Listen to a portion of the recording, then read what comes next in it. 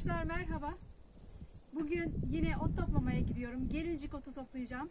Fakat gelincik otlarından çok güzel bir tarif yapacağım sizlere. Gelincik kızartması. Bu tarifi başka bir yerde görmedim. Rahmetli babaannemin yapmış olduğu bir yemekten esinlenerek gelincik kızartmasını kendim uyarladım. Ailecek çok beğendik. Çok güzel bir tarif. Sizlere de bu tarifi öğretmek istiyorum. Haydi gidelim, önce gelincikleri toplayalım. Sonra gelincik kızartmasını birlikte yapalım. Tarlaya doğru gidiyorum. Orada bulduğum gelincikleri toplayacağım.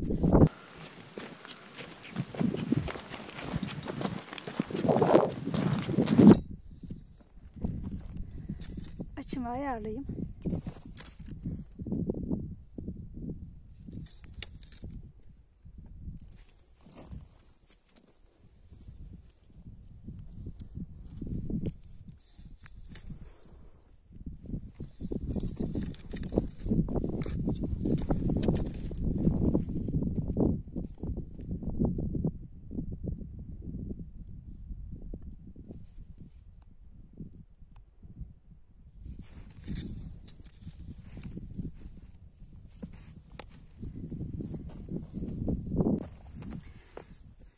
Şurada güzel bir gelincik otu buldum.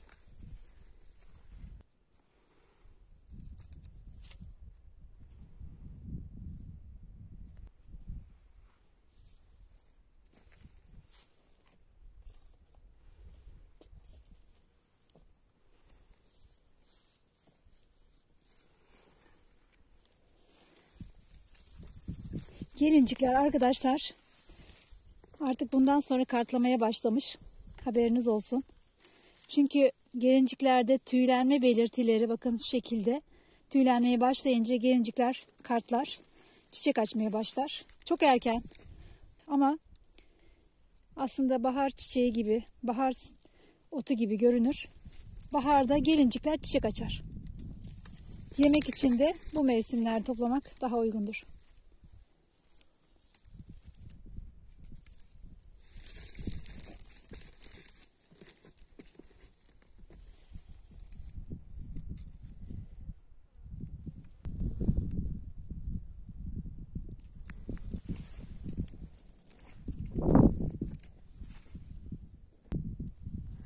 Evet arkadaşlar, yine çok güzel bir gelincik ocağı buldum. Burası çok keyifli. Ama dediğim gibi gerçekten gelincikler çok büyümüşler. Kartlama belirtisini söylemiştim. Tüylenirse kartlamıştır. Ondan sonra zaten çiçek açmaya başlar.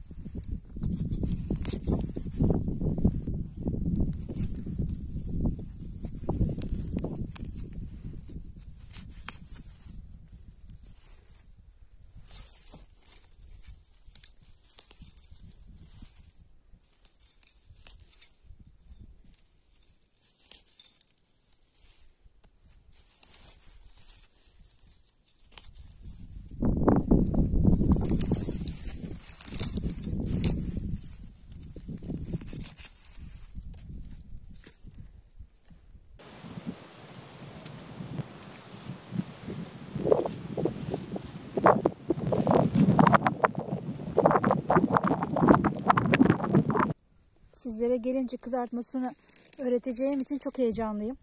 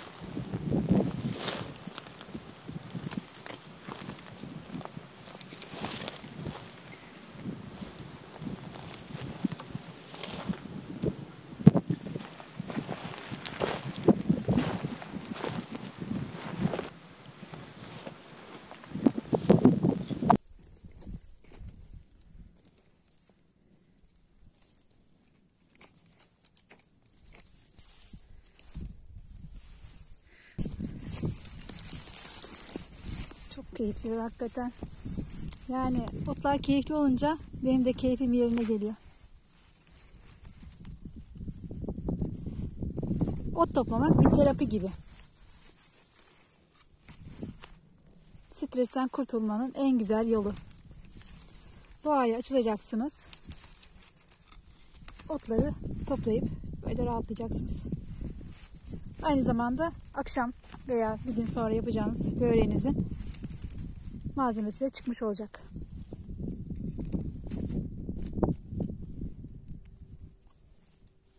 Dahası ise sağlıklı gıdaları tüketmiş olacaksınız.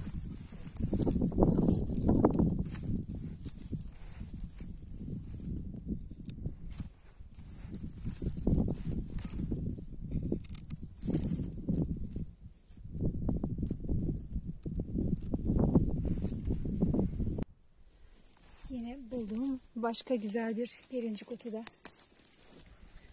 burada.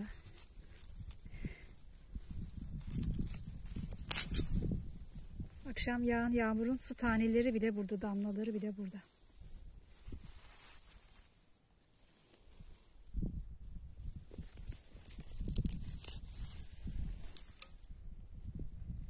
Kocaman olmuşlar, kocaman.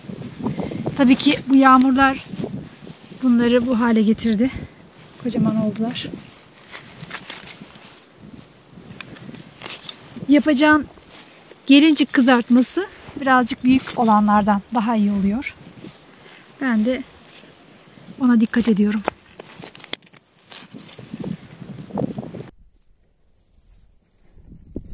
Bakın arkadaşlar, burada 2 tane gelincik örneği var. Şöyle geniş yapraklı olan gelincik otudur bu arkadaşlar. Şuna baktığımız zaman her iki otu eğer gelinciği iyi tanıyamayanlar bunun gelincik olduğunu bilemez. Bu da gelincik otu. Fakat daha ince yapraklıdır. Tere gibi bir yapısı vardır. Bazıları ise daha da farklıdır. Biraz daha koyudur rengi.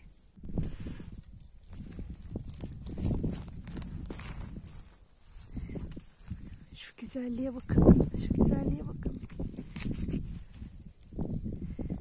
Doğa ne kadar güzel otlar yetiştiriyor. Şuraya bakın.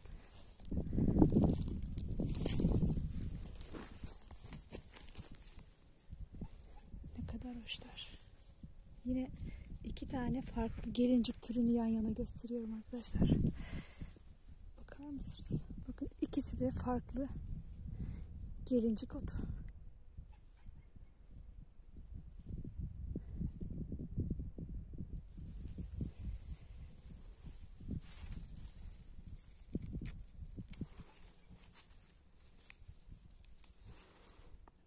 Bakın, bu şekilde gördüğünüz zaman yabani hayvanlar da bu otu yiyor, besleniyor onlarla.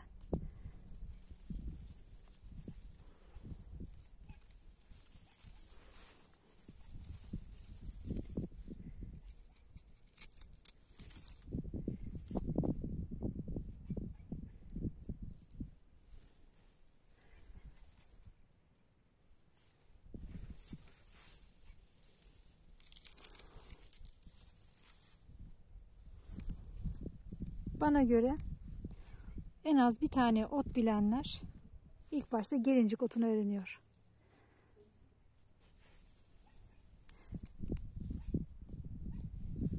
Otları öğrenme gelincik otuyla başlar. Arkasından sayısız otlar öğrenilir. Eğer tabii ki ilgi duyuyorsanız otlara.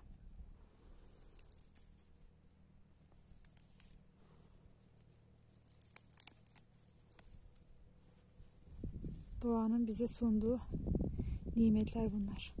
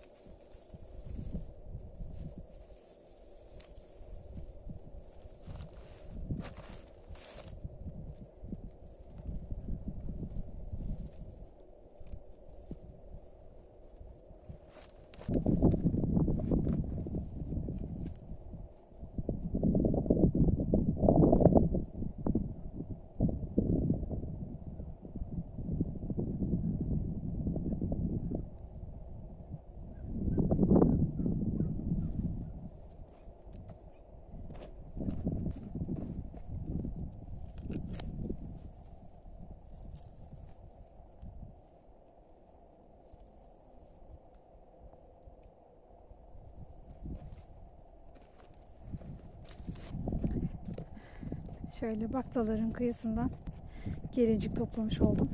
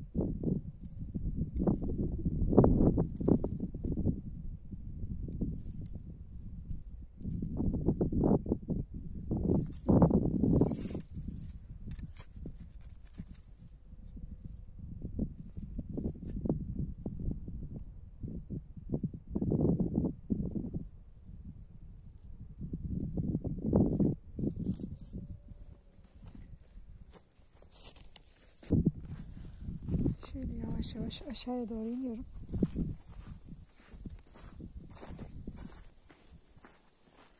Bakın buralarda da çok güzel yine bunlar da.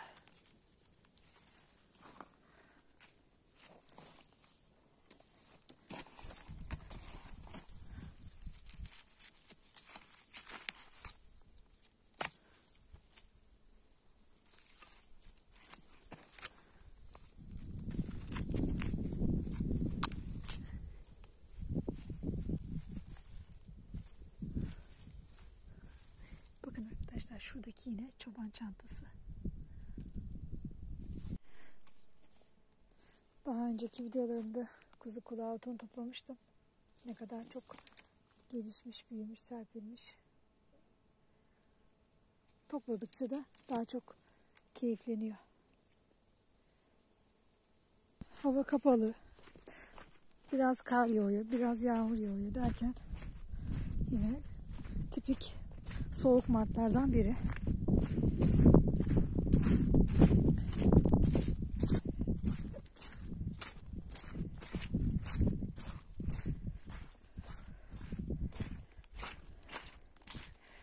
Burası da yolumuz ama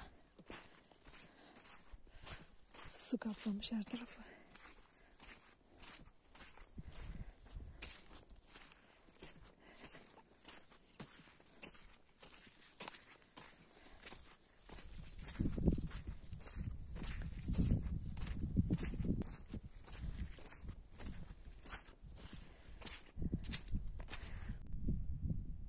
Ne kadar güzel olmuş yağmurdan sonra gelincikler.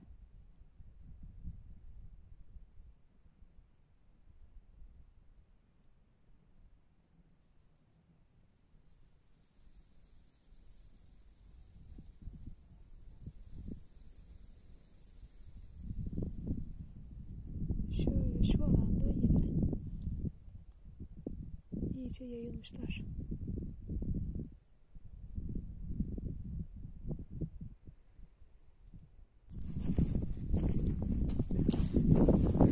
Yağmur yağar, gelincikler coşar. Hava ısınır, gelincikler kartlaşır. Kırmızı kırmızı çiçeklerini açar. Onun için arkadaşlar bunu kışın toplayacağız. Havalar ısındığı zaman gelincik otları kullanılmaz. Çünkü yavaş yavaş kartlamaya başlamışlar.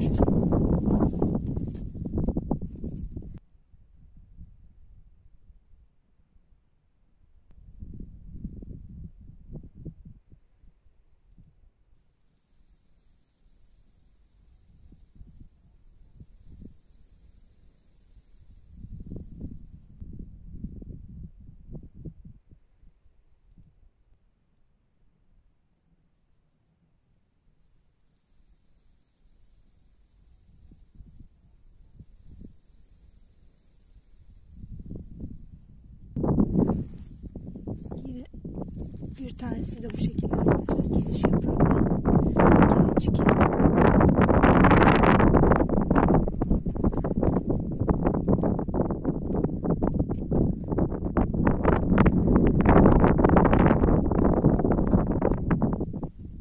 Bakın yaprakları ne kadar geniş. Şu gelinciye bakın arkadaşlar. Ne kadar farklı yaprakları.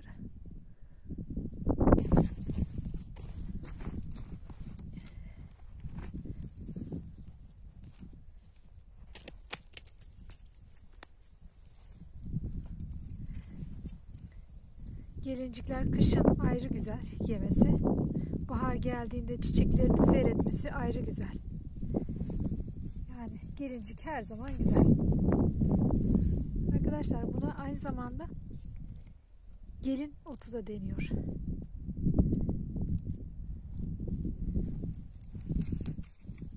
Bakar mısınız ne kadar çok olmuş. Bu da başka bir cins gelincik.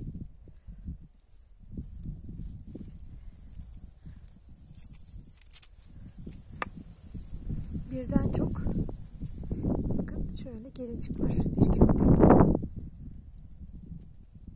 Bu da başka bir cins. Bazıları da böyle tek kök olabiliyor. Ama hepsi gelincik.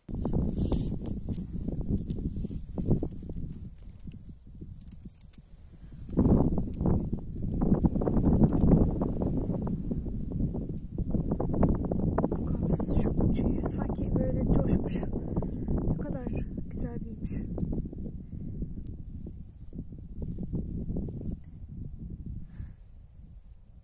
Yapacağım gelincik kızartması böyle büyük olan gelinciklerden çok daha güzel oluyor.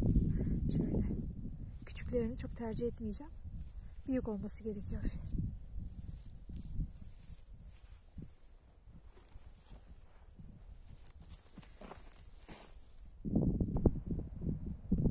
Bakın arkadaşlar, kapattığımız çitin altını herhangi bir artık çakal da olur, tavşanlar da olur açmışlar.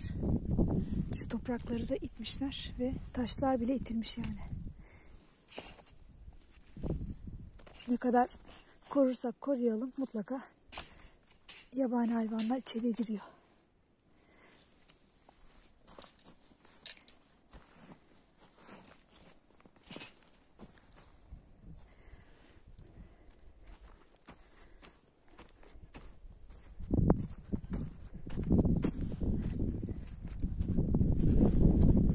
Hava buz gibi arkadaşlar.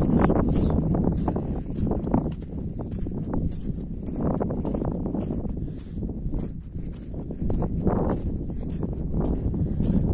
Şuralarda da gelincik olacaktı. Bakayım var mı? Çoban çantası olacaktı buralarda, evet. Şimdi hatırladım. Çoban çantası da çiçek açmış şurada. Bakın arkadaşlar. Şöyle.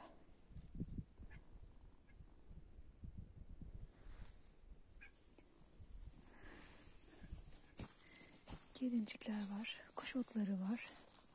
Turp otları var. Hatta kuş otları şöyle iyice sarmış. çitin arkasına doğru.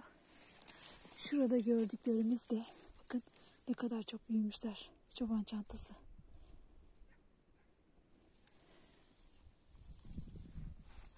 Şurada da kocaman bir gelincik.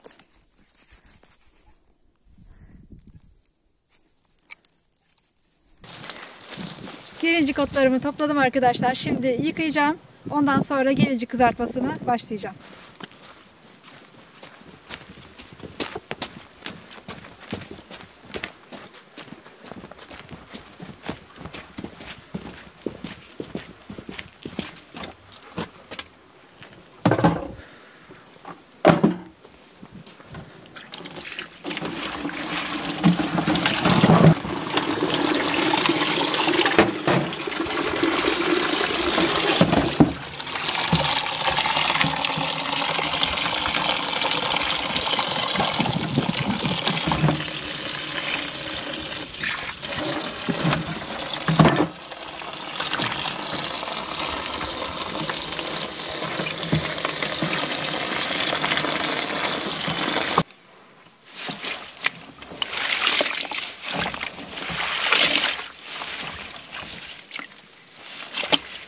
Bu gelincikleri arkadaşlar ayırmadan yıkamam gerekiyor. Çünkü bütün olarak kullanacağım kızartma yaparken. O nedenle daha fazla yıkamam lazım. Arada toprak varsa çıksınlar diye. Yani 6-7 su yıkamam gerekiyor en azından. Şu da buz gibi. Resmen ellerim dondu.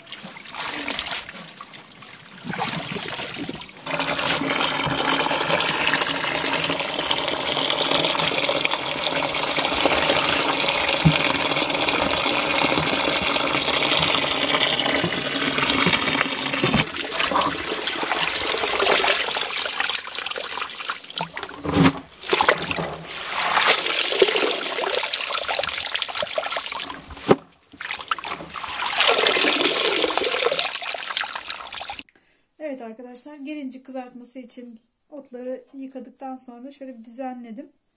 Çünkü bu şekilde yapmamız gerekiyor otları. Böyle bunları kızartacağız. Ben bunları istifledim her birini. Böyle gördüğünüz gibi bu şekilde kızartma için hazırlamış oldum. Şimdi ununu hazırlamaya geçiyorum. Bir bardak un. 1 tatlı kaşığı tuz kullandım. 1 su bardağı da normal su kullanıyorum. Özellikle dikkat edeceğiniz nokta un ve suyun birebir olması gerekiyor. Çok akışkan bir hamur istemiyoruz. Çünkü gelinciklerin üzerine bulanması gerekir. Bana ölçü az geldi. Ben ölçüyü 2'ye çıkardım. 2 bardak su, 2 bardak un olarak. Böyle güzelce unla suyu iyice karıştırdım. Şimdi sıra şu işleme geldi arkadaşlar. Şöyle bulayacağız. Ve ondan sonra biraz hamurun akmasını sağlayacağız.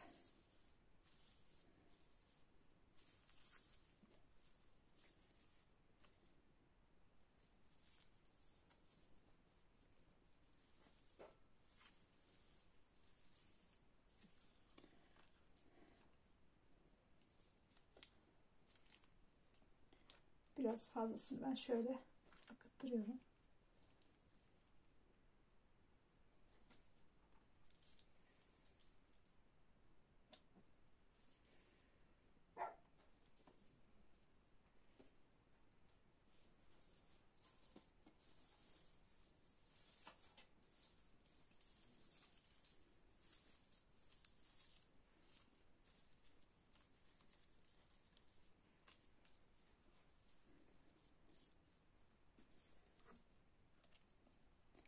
Bu ölçü birebir, yani bir su bardağı un, bir su bardağı su ölçüsünü hiç unutmayın arkadaşlar.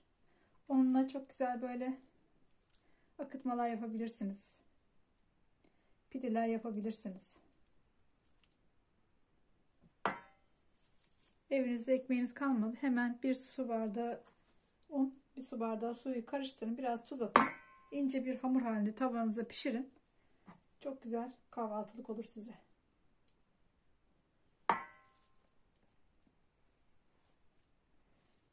Babaannem, ben çocukken tabii patlıcanı böyle dörde bölerdi boydan. Sonra onu una bulardı bu şekilde. Kızartırdı. Çok canım çekti derdi. Yağlı yağlı olurdu. Oradan esinlenerek bu tarifi ben uyarladım. Her şeyde yapılabilir aslında.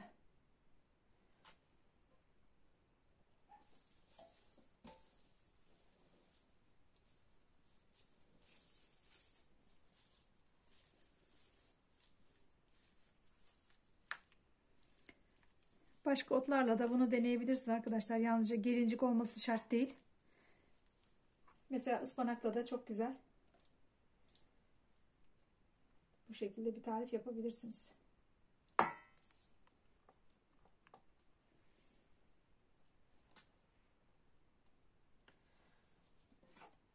Evet arkadaşlar, gördüğünüz gibi bunları şimdi kızartmaya geçiyorum.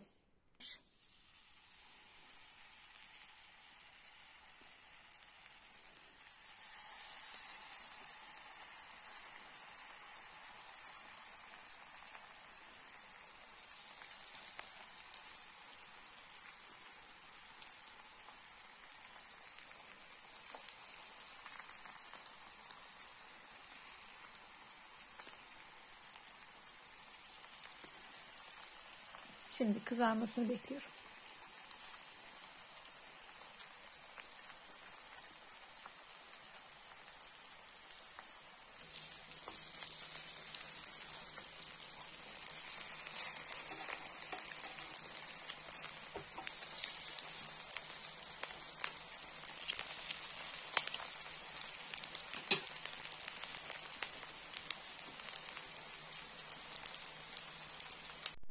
Gelincik otlarından yapmış olduğum gelincik kızartması bu şekilde oldu. Yapacak olanlara afiyet olsun.